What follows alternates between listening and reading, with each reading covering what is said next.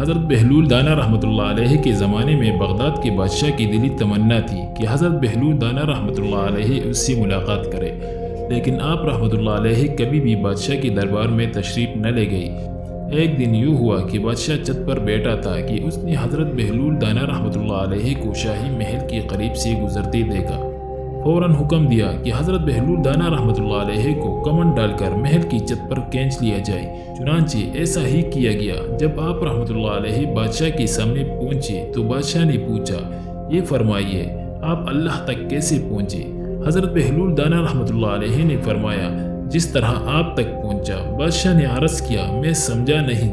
تو حضرت بہلول دانا رحمۃ اللہ علیہ نے جواب دیا، اے بادشاہ، اگر میں آپ تک خود پہنچنا چاہتا تو نہا دھو کر، لباس فاخرہ پہن کر، دربار کی منتیں کر کر محل کے اندر داخل ہوتا، پھر عرضی پیش کرتا، پھر گھنٹوں انتظار کرتا، پھر بھی ممکن تھا کہ آپ میری درخواست رد کر دیتے، لیکن جب آپ نے خود مجھے بلانا چاہا تو محض کچھ لمحوں میں ہی اپنے سامنے بلا لیا۔